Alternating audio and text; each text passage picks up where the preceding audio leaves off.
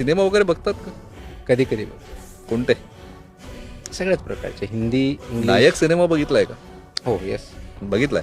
मग त्या नायक मध्ये जो शिवाजीराव गायकवाड आहे, जो एक दिवसाचा सीएम होतो, असे अमर्याद अधिकार जर का तुकाराम मुंडे या व्यक्तीला मिळाले तर काय करेल तुकाराम मुंडे?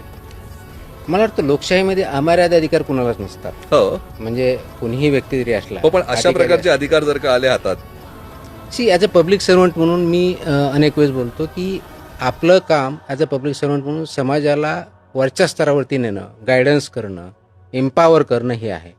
समाज जेवढा विकसित होईल तेवढा आपला देश, व्यक्ती विकसित होतील आणि प्रोडक्टिव्हिटी वाढेल, हॅपी होईल.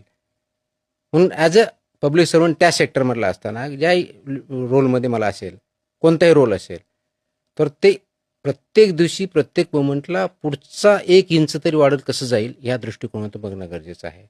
आणि हे करताना हे पूर्णपणे ट्रान्सपरंट असेल, हे पूर्णपणे अकाउंटेबिलिटीच्या दृष्टिकोनातून असेल आणि जो गोल किंवा रोल शिवाजी गायकवाड नायकचा हिरो आवडला का?